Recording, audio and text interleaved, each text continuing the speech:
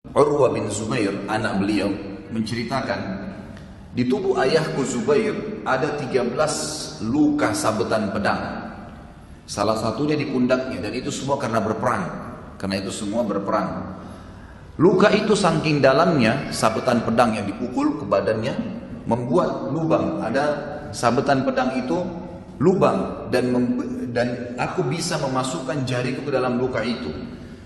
2 sabetan pedang yang sangat dalam, ada 3 ya, 2 didapatkan di perang ya, Badar, dan 1 lagi di perang Yarmuk. Jadi ini sabetan pedang yang didapat di pundaknya, karena Zubair punya ciri khas. Kalau berperang itu, begitu berhadapan sama musuh, tinggal tunggu instruksi. Panglima perangnya mengatakan Allahu Akbar, dia paling depan, paling pertama menyerang, gitu kan. Selalu di depan, tidak pernah terakhir, tidak pernah di tengah-tengah, selalu awal. Dan dia tidak pernah mau puas kecuali dia sudah dobrak musuh pakai kudanya sampai ke ujung pasukan. Setelah itu dia kembali lagi, nyerang lagi dari sana sampai ke sini. Akhirnya kocar-kacir musuh gara-gara itu. 1 orang. Nggak ada orang berperang kalau orang-orang non-muslim ya. Mereka tidak kejar namanya mati syahid, mereka tidak tahu namanya mati syahid.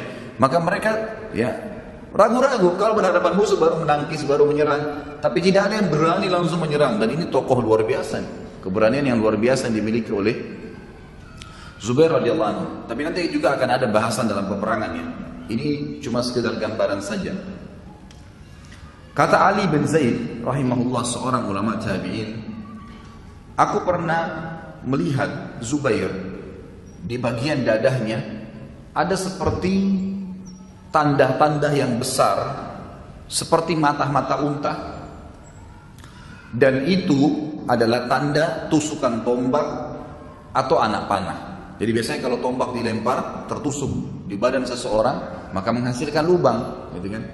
Zaman sekarang mungkin masih ada cara untuk dioperasi, dikembalikan, ditutup. Zaman dulu nggak bisa. Jadi tombak ya sudah ditutup sampai darahnya berhenti, kering sendiri, ya sudah, berarti jadi berbekas, gitu kan.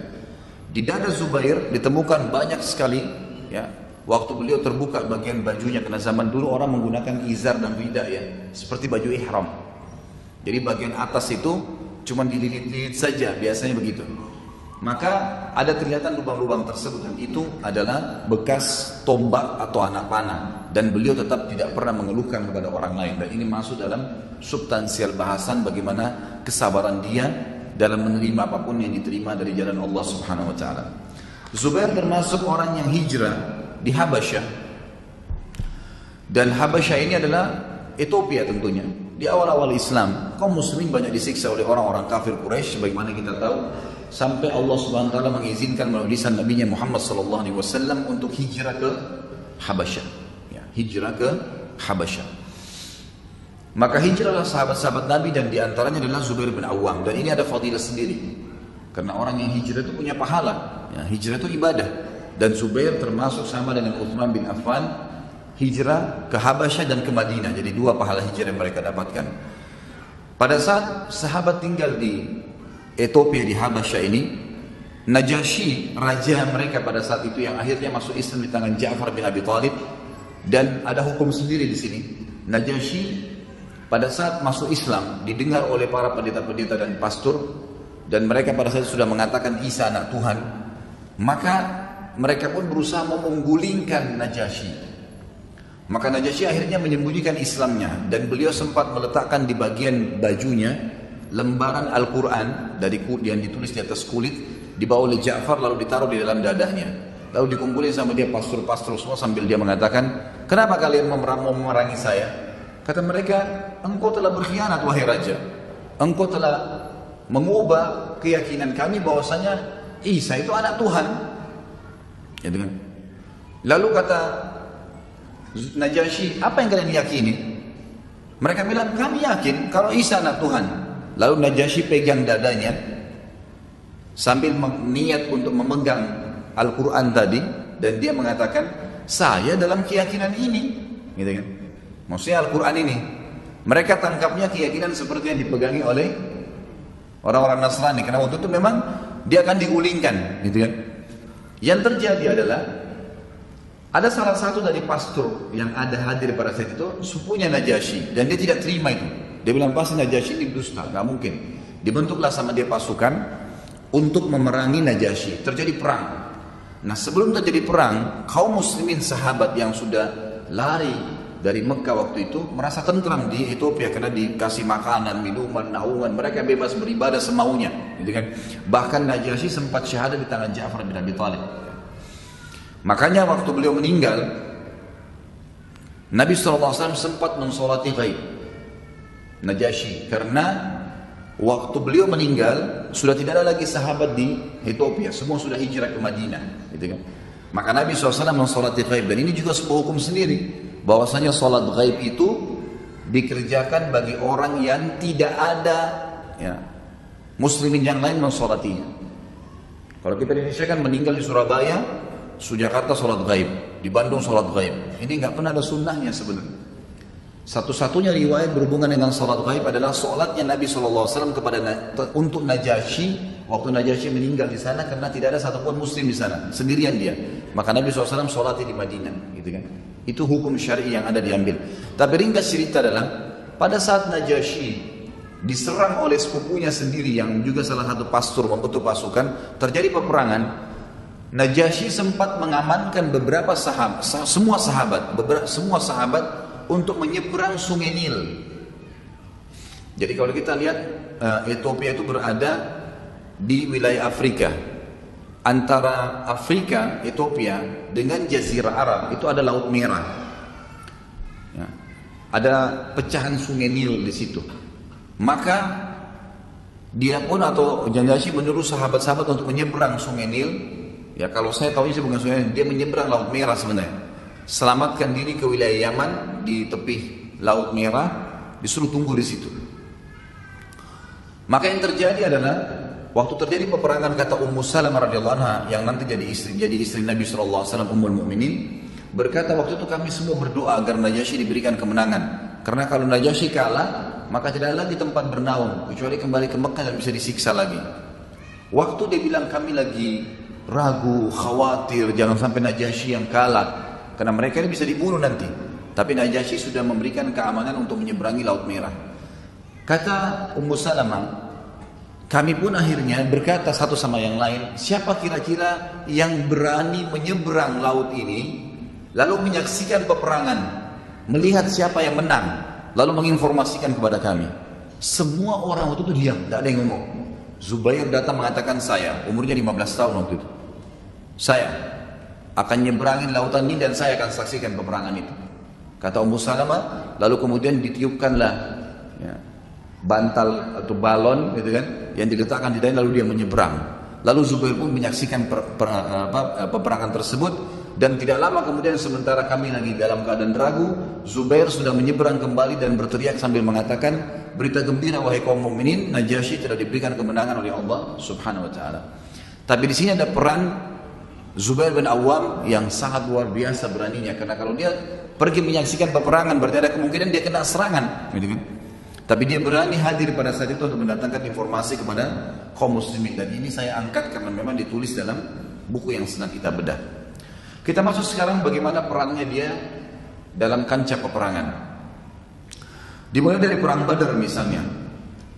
Perang Badar, Zubair bin Awam tampil menggunakan imamah berwarna kuning, dan beliau berada di depan pasukan. Pada saat awal takbir Nabi SAW menyerang, maka dia sudah menyerang orang-orang Quraisy, gitu kan? Bahkan para sahabat sepakat mengatakan kekuatan muslimin ada di 3 orang, Hamzah, Ali, dan Zubair. 3 orang ini luar biasa. Jadi ini ujung tombaknya para penyerang sahabat, gitu. Nah karena beraninya dia, dan selain berani, Zubair bin Awam juga selalu menjaga penampilan yang rapi dan bersih walaupun di kancah peperangan. Bajunya selalu bersih, penampilannya bersih, imamahnya bagus, sampai akhirnya para sahabat mengatakan, diantaranya anaknya sendiri yang bernama Urwah mengatakan, perang Badar, Zubair ayahku menggunakan surban warna kuning, lalu Jibril pun turun dengan penampilan seperti Zubair, sebagaimana Nabi SAW sampaikan kepada para sahabat bahwasanya di kancah peperangan sekarang ada Jibril yang sedang turun, dan Jibril menggunakan pakaian atau imamah seperti yang digunakan oleh Zubair bin Awam. Dan ulama mengatakan ini sebenarnya sebuah kelebihan tersendiri, karena memang Jibril tidak menjelma menjadi manusia kecuali memang pada orang-orang tertentu. Dan ulama mengatakan ada 2 orang saja yang pernah Jibril menjelma dari kalangan sahabat. Zubair bin Awam di perang Badar, dan juga yang satu lagi siapa? Dihya al-Kalbi radhiyallahu anhu ajma'in. Ini karena sering penampilannya rapi, bersih, maka Jibril pun berpenampilan seperti orang ini. Baik, dikatakan bahwasanya di perang Badar Zubair bin Awam membunuh 2 orang dan dua-dua ini adalah tokoh Quraisy. Yang pertama adalah Abu Dzatu Kabsh. Abu Dzatu Kabsh ini julukannya ya. Kabsh ini sebenarnya lebih cenderung kepada otot. Abu Kabsh mungkin orang yang berotot besar, kekar gitu ya. Sebagian mengatakan Kabsh ini adalah perut, sehingga memang perutnya orang ini agak besar. Tapi yang jelas postur tubuhnya besar sekali. Namanya dia Ubaidah bin Sa'id bin As. Namanya orang ini Ubaidah bin Sa'id bin As. Dia ini terkenal sekali penunggang kuda Quraisy yang terbaik, dan dia juga salah satu dari prajurit Quraisy yang meletakkan dari kepalanya sampai kakinya semuanya besi dan cuma kelihatan matanya. Serta dia satu-satunya pasukan Quraisy yang mahir memainkan pedang, tapi yang panjang. Pedang itu disebutkan ya, ukurannya kalau kita sekarang mungkin bisa sampai 5 meter. Pedang yang sangat besar. Jadi bagian depannya pedang, yang dari pegangan tangannya sampai ke bawah itu semuanya besi saja, gitu kan. Jadi sangat panjang pedang itu dipakai, bisa sampai 5 meter panjangnya pedang ini, dan dia sangat mahir. Di kancah peperangan Badar, dia menyiksa kaum muslimin, memukul orang di sini kesakitan, ada yang patah tangannya, ada yang putus, ada yang dibunuh sama dia. Lalu beberapa sahabat mendatangi Nabi SAW mengatakan, ya Rasulullah, ini Abu Dzatu Kabsh mengganggu kami nih, berbahaya kalau dibiarkan. Maka Nabi SAW mengutus Zubair, cari Zubair, suruh Zubair hadapin. Zubair pun mengatakan, saya mendekati Dzatu Kabsh ini, dan dia bilang, saya tidak temukan ada celah di mana saya bisa membunuhnya, semuanya besi. Banyak waktu dia lagi tebas-tebasin sahabat tuh, banyak sahabat ada yang pukul kakinya, ada yang pukul kudanya pun pakai besi semua, tapi nggak mempan. Ada yang lemparin panah, panahnya jatuh karena baju besi, nggak tembus, gitu kan. Maka Zubair bilang, saya tidak menemukan celah untuk membunuh orang ini. Lalu Zubair tidak putus asa. Dia bilang, saya pun mengelilingi orang itu. Terus sementara dia lagi menebas saya kelilingin terus, saya lihat celahnya di mana nih, sampai saya berhadapan dengan dia. Dan Zubair bin Awam ini juga termasuk orang yang tinggi besar ya. Karena dalam kisah, dalam riwayat dikatakan dia sama dengan Umar bin Khattab. Kalau dulu di atas kuda, kakinya sampai di tanah. Dia orangnya tinggi luar biasa. Kalau laki-laki sekarang mungkin antum yang 2 meter tingginya, ada ikhwan 2 meter. Kalau dulu di atas kuda, kakinya paling sampai di perut kuda nggak? Anggaplah sampai lewatin perut kuda sedikit. Kalau sampai ke tanah itu berapa banyak, berapa tinggi itu, gitu kan? Luar biasa. Beliau gitu kalau naik kuda, kakinya sampai ke bawah, gitu kan? Nah, Zubair bin Awam bilang, pas saya berhadapan sama Dzatu Kabsh, dan Dzatu Kabsh ini juga tinggi besar, cuma badannya lebih kekar. Kata Zubair, saya tidak temukan celah kecuali di antara 2 matanya. Jadi di sini tuh ada karet yang menyatukan baju besi itu, topeng besinya. Dia bilang, saya tidak temukan kecuali itu. Maka saya pun mengambil tombak, dan ciri khas Zubair ini radhiyallahu anhu terkenal di pasukan muslimin, selalu di tangan kanan pedang, ya kan? Kemudian di pundaknya dia taruh tombak kecil.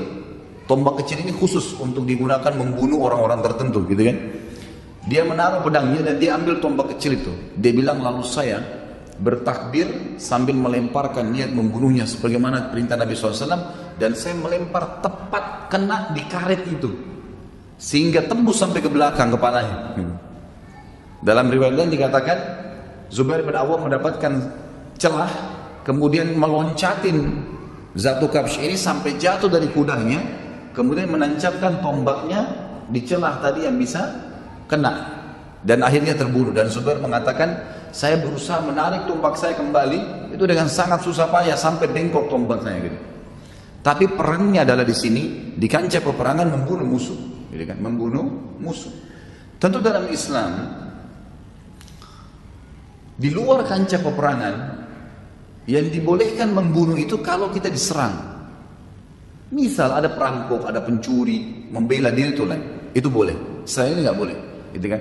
Kalau pribadi, kalau pemerintah tentu boleh kalau kisas kan. Kalau pribadi nggak boleh kecuali membela diri. Tapi kalau di kancah peperangan berbeda nih, berbeda, gitu kan? Di perang Badar, Nabi SAW sempat mengambil pedang dan berkata, siapa yang memberikan haknya Allah dan Rasulnya pedang ini? Maka Hamzah mengatakan, saya Rasulullah. Nabi SAW tarik. Nabi mengatakan lagi, siapa yang memberikan haknya Allah dan Rasulnya pedang ini? Maka Ali mengatakan, saya Rasulullah. Nabi tarik. Hamzah dan Ali, dua pejuang besarnya muslimin ditolak. Paman dan sepupu Nabi, gitu kan? Selama ini terkenal keberaniannya. Nabi tetap tarik. Lalu Nabi mengatakan, siapa yang memberikan hak pedang ini? Allah dan pedang, haknya Allah dan Rasulnya pedang ini. Maka Migdad ini terkenal. Ya.